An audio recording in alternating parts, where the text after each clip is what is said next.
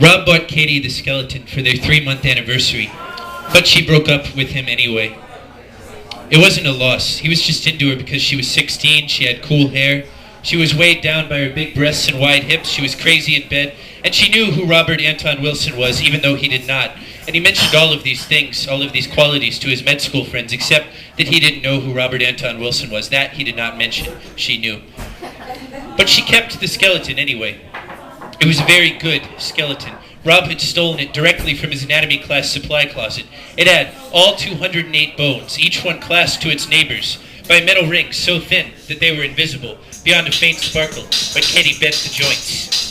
It was molded from real plaster that had a hint of green to it, and Katie almost believed that it had come from a real grave.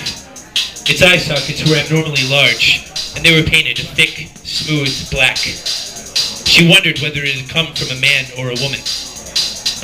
At first, she just left it to hang in her room, next to her punk records and her oak dresser with the squat bottles of glitter and the goop that rested on top. She put it in front of her full-length mirror, and she watched as its skinny hips swayed back and forth with the air conditioning and the Jello Biafra tracks. One night, her friend Larea invited her to a party that she was having over at her house while her parents were at the crafts fair in Portland. "It's going to be a chaos and combinations party," said Larea, "so you have to bring a date." Chaos and Combinations was a party game that had been invented by Lorea's boyfriend, Parker. Parker was into math. The game was played by an equal number of boys and girls. One boy and one girl would get together and submit the names of another boy and girl who were, it was thought, an ideal combination.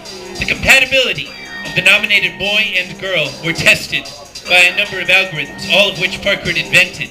Analysis of birth date, star sign, grade point average, height, kissability, and a number generated via the answers to a complicated and invasive 5-question personality survey. All of the calculations resulted by some numerical alchemy of Parker's in a single number from negative to positive 5.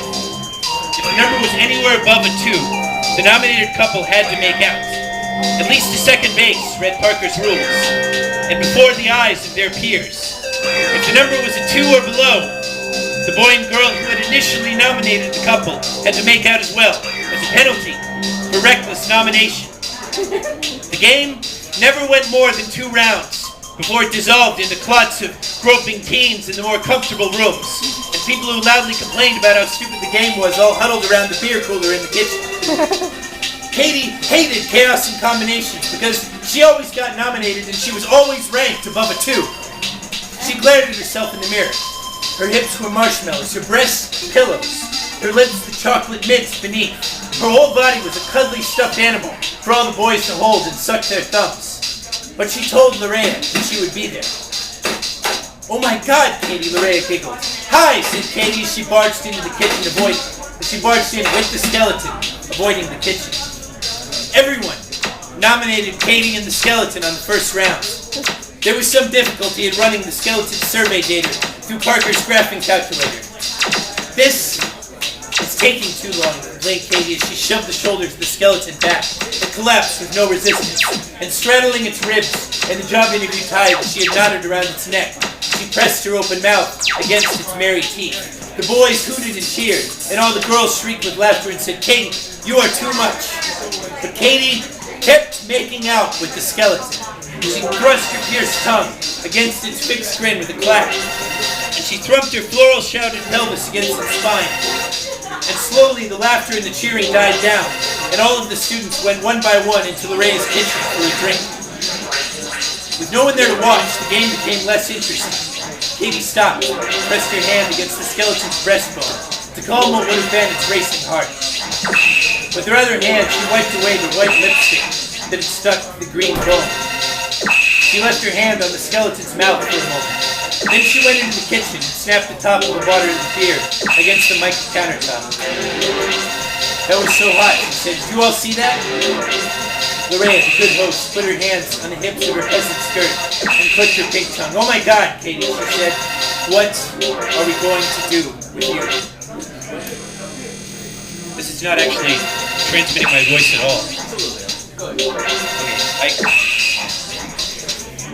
"We don't need them, do we?" said Katie as she drove herself in the skeleton home illegally in her father's rusty coupe. "No, we don't." She extended her finger and she flicked an imaginary dust mote from the skeleton's nasal cavity.